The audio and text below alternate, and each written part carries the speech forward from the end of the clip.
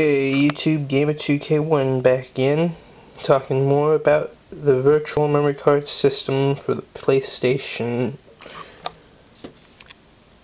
As I mentioned in my last video, there are problems with the virtual memory system. First off, it can only work on PlayStations with a parallel in and out port, which means the 9000 series PlayStations, the ones that have DualShock on the box and the cool visualisms on the CD player, won't work with it. There are other problems as well. The manual tells you that you don't want to fill it up all the way. One reason and one reason only: compression issues. Once it's filled up, you start getting problems, and obviously you don't want that. Also, I mentioned before, you load the game without a disc and it just freezes. Nothing you can do. Also, one more problem. Let's say you want to listen to a music CD.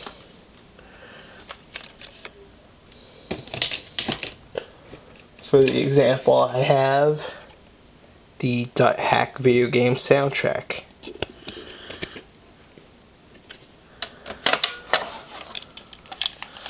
Okay, let me just pop it in.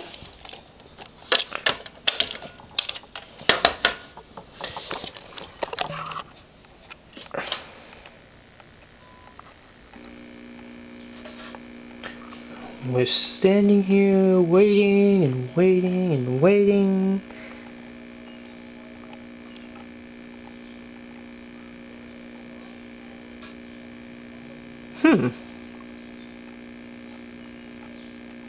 It's loading.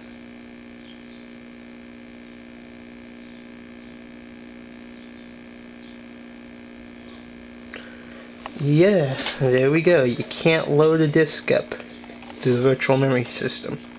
You can still play it with your virtual memory card system hooked up, but you have to go into the BIOS. Once again, holding down X.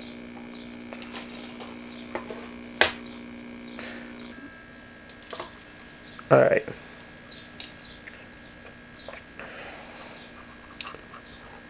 Now if you hit start, I do believe it freezes because it's not a game, it's not a PlayStation game. Let's just do that to make sure. Returning to PSX.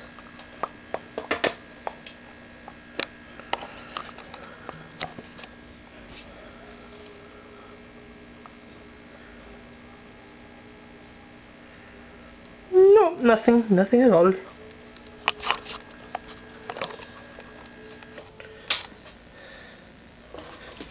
So, if you want to play CDs, you don't want to unhook this thing, you go into your BIOS,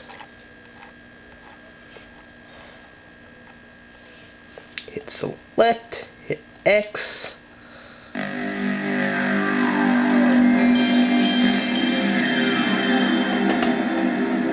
and if you have your CD in there already, it loads up automatically. Ta-da! You just hit X to play it, and there we go.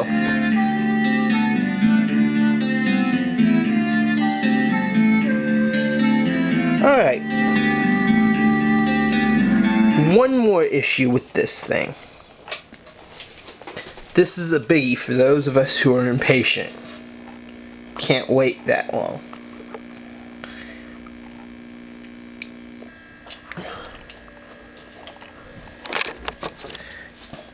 Actually, it's two issues in one, actually. First, to get across your screen, you have to hold the button down. Look how long it takes to get there.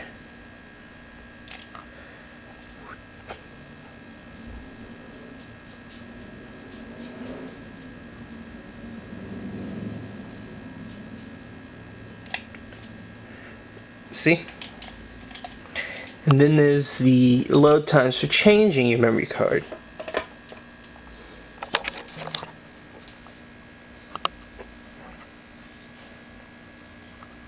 You see this bar right here? That's your loading bar. That shows how far along the loading of your memory card is. This takes a little while. The more data you have on the memory card you choose, I do believe, the longer it takes. And it should be done. Let's switch back to the second memory card. Oh, and this little green bar here, that's the amount of stored data you have. As I said before, you don't want to fill this thing up too far because the fact that it has compression issues, by the time you reach that high, you will not be liking it. And as you can see, I guess I just figured this out now myself. That green bar is only filled up to however much memory is on the memory cards not selected. So, if you're impatient like me, there are issues with this. If you think you're going to be able to fill it all the way up and not have problems, you're wrong. There will be compression issues, but it's a good little accessory to have if you like to save a lot and you don't like to have cluttered memory cards.